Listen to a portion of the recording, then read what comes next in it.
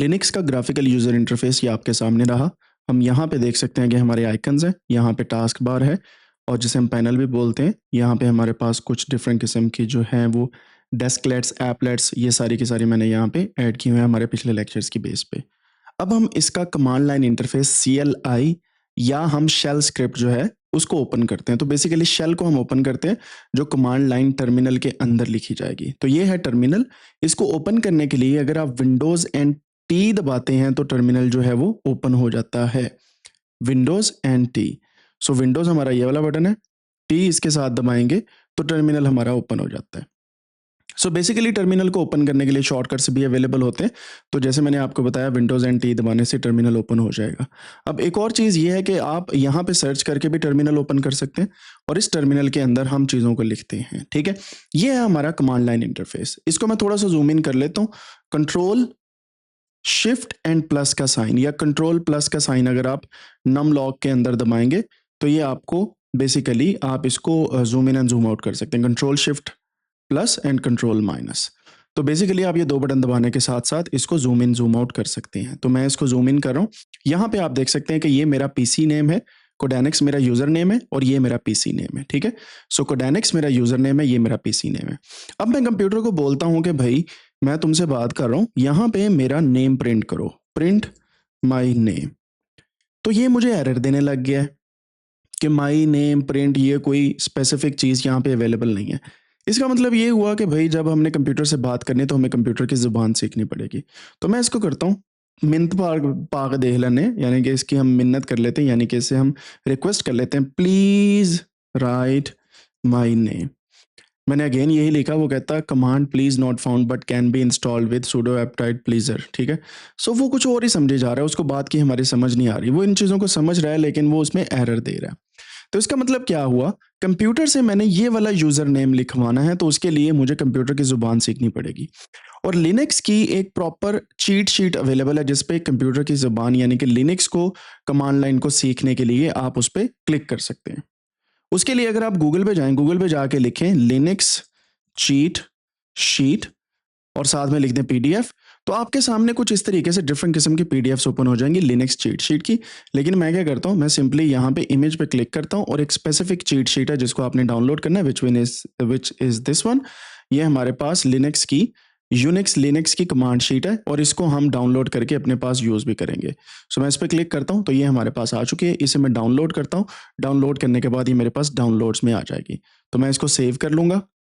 सो ये मेरे पास Unix Linux की कमांड शीट जो है मेरे पास आ चुकी है और ये कमांड की चीट शीट है। ठीक है, ये foswire.com की तरफ से और ये बहुत ही कमाल की लिखी हुई है। इस पे यहाँ पे बोल्ड के अंदर कमांड्स लिखी हुई हैं, जो आपने काम करवाना है वो इससे करवा सकते हैं। और आप यहाँ पे देख सकते हैं कि कमांड्स के साथ साथ यहाँ पे इनकी डिटेल्स लिखी हुई है कि कौन सी कमांड क्या करती है। So this is very important to know कि जब भी आप कमांड लाइन टूल्स को यूज़ करेंगे, that's how you can actually look into the cheat sheet. और यहाँ पे एक इंपॉर्टेंट चीज़ जो आप देख सकते हैं कि ये फाइल कमांड्स हैं, यानी कि फाइल्स के साथ अगर कमांड्स लगानी है तो ये आपके पास लेफ्ट साइड पे ये वाला बॉक्स फाइल्स का है। ये सिस्टम की इन्फॉर्मेशन अगर आपने फाइंड आउट करनी है तो ये वाली कमांड है।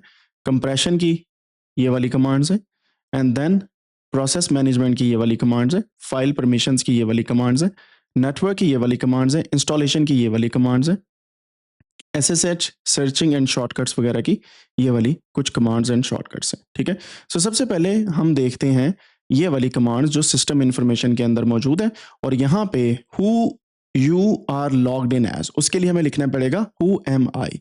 हमने मिन्नत समाजस करके देख ली, लेकिन यहाँ पे अगर मैं हु एम आई लिखता हूँ तो वो कहता है कि नहीं भाई ये नहीं ठीक, क्योंकि मैंने स्पेलिंग मिस्टेक की है।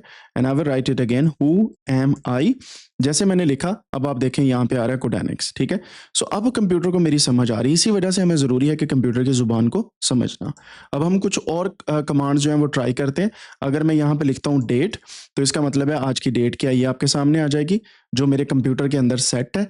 अगर मैं यहाँ पे कैल लिखता हूँ तो ये बेसिकली कैलेंडर को इसे शो करना चाहिए और इससे आपका कैलेंडर जो है वो आ जाता है। बट वो कहते हैं कि कैलेंडर, लेट्स सी फिर नहीं आ रहा, कैलेंडर अगेन नहीं आ रहा, कैल लिखता हूं तो नहीं आ रहा।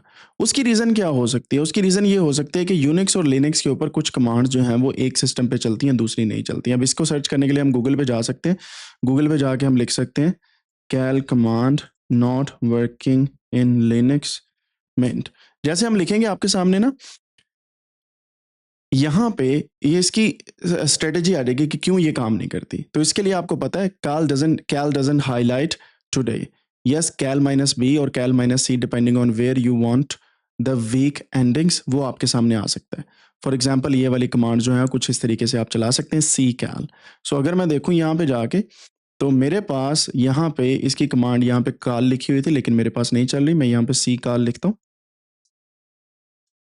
इसको मैंने रन किया, अगेन इट्स नॉट वर्किंग। सो मैं दोबारा जाता हूँ वापस और यहाँ पे जाके देखता हूँ, उसने बोला है कैल समवट लिमिटेड वर्सेस एनकॉल कमांड इज प्रोवाइडेड बाय एनकॉल package in BSD utils attempt to restore old Debian call was made in ccall package. ठीक है, सो हमें पहले इस पैकेज को इंस्टॉल करना पड़ेगा और कैल की कमांड चलेगी। ठीक है, उसको हम बाद में देखते हैं कि पैकेज को इंस्टॉल कर कैसे करना है। तो ये छोटी छोटी प्रॉब्लम्स आती रहती हैं और आप गूगल पे जाके इसको इस तरीके से सर्च आउट कर सकते हैं ताकि आपको तसल्ली हो जाए भाई जो काम आप कर रहे हैं वो डूएबल है लेकिन हो नहीं रहा, उसकी रीज़न कुछ और है। फिर अप टाइम हम ये वाली लिखते हैं कमांड। अच्छा, यहाँ पे मैं कंट्रोल L दबाऊंगा तो ये सारी स्क्रीन क्लियर हो जाएगी। L for long, control L दबाया मैंने, सारी स्क्रीन जो है वो क्लियर हो गई। अब मैं वापस जाता हूँ, यहाँ पे कमांड लगाता हूँ अप टाइम, तो यहाँ पे आप देख लें कि ये आपका टाइम आ रहा है एंड लोड एवरेज जो है ये आपके सामने कुछ इस तरीके से आ रही है, एक यूजर चल रहा है। सो शो करंट टाइम ये हमें दिखाता है। W display who is online, so W में लिखता हूँ तो यहाँ पे आप देख सकते हैं कि सिर्फ कोडेनिक्स यूजर इस सिस्टम को ऑनलाइन यूज कर रहा है, कोई और नहीं है, क्योंकि लिनक्स सर्वर के ऊपर भी इंस्टॉल होती है। सो W से हमें पता चल जाता है कि कितने यूजर जो है हमारे ऑनलाइन है। हु एम आई हमने चला रही है, फिंगर यूजर।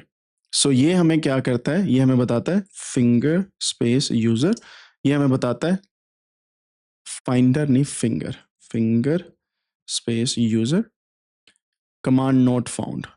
अगेन ये कमांड भी नहीं चलेगी। इसकी रीज़न क्या हो सकती है कि डिस्प्ले इंफॉर्मेशन अबाउट यूज़र जो है वो आपके सामने नहीं आ सकती। सो मैं इसको दोबारा से चला के यहाँ पे लिखता हूँ कोडेनिक्स, अगेन इट्स नॉट वर्किंग। उसकी रीज़न ये है कि कुछ डिस्ट्रीब्यूशन के अंदर कुछ कमांड चलती हैं, अदरवाइज हमें कुछ ना कुछ जो है वो ऐड करना पड़ता है।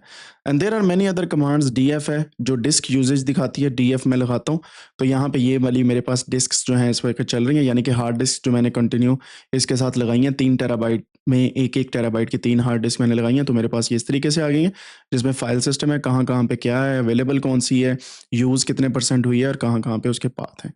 And then I have free लिखता हूँ तो होपफुली मेरे पास यहाँ पे कंट्रोल L करके मैं दोबारा से फ्री लिखता हूँ तो यहाँ पे मेरे पास मेमोरी आ गई है, टोटल कितनी अवेलेबल है। इसको मैं थोड़ा सा जूम आउट करता हूँ ताकि आप सही तरीके से देख पाएँ।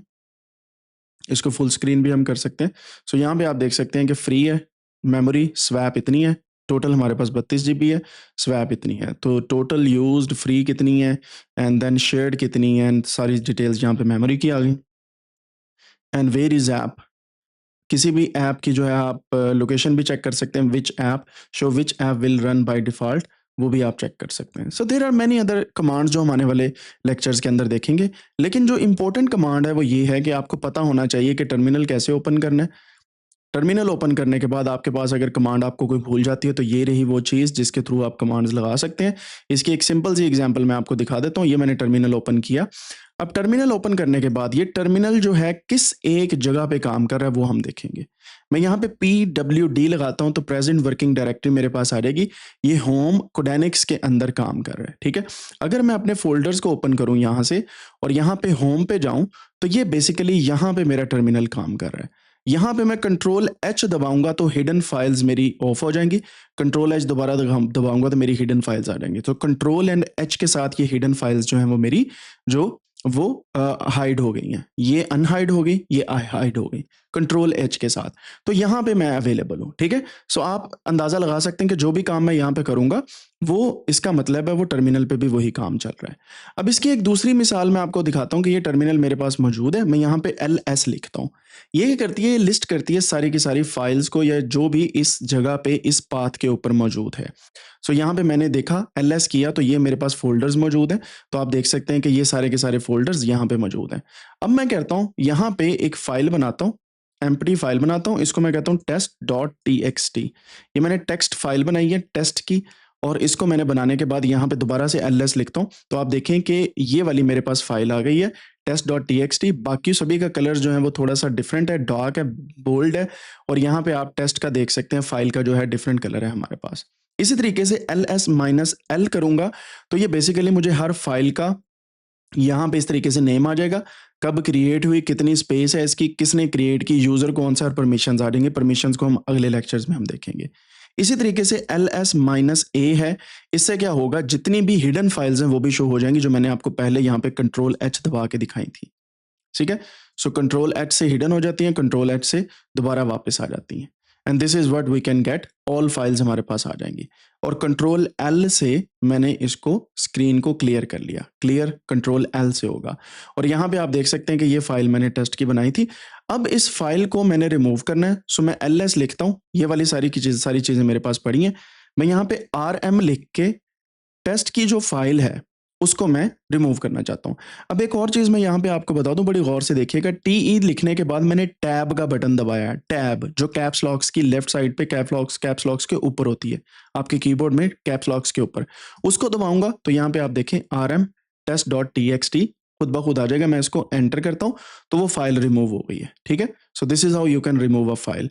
अब अगर दोबारा से उस फाइल को क्रिएट करना है, so you will write touch का मतलब है फाइल क्रिएट करना, टेस्ट डॉट, यहाँ पे अब मैं इसको XLSX की फाइल बनाता हूँ, ये चलें टेक्स्ट की फाइल ही बना लेते हैं, बाकी बाद में देखेंगे।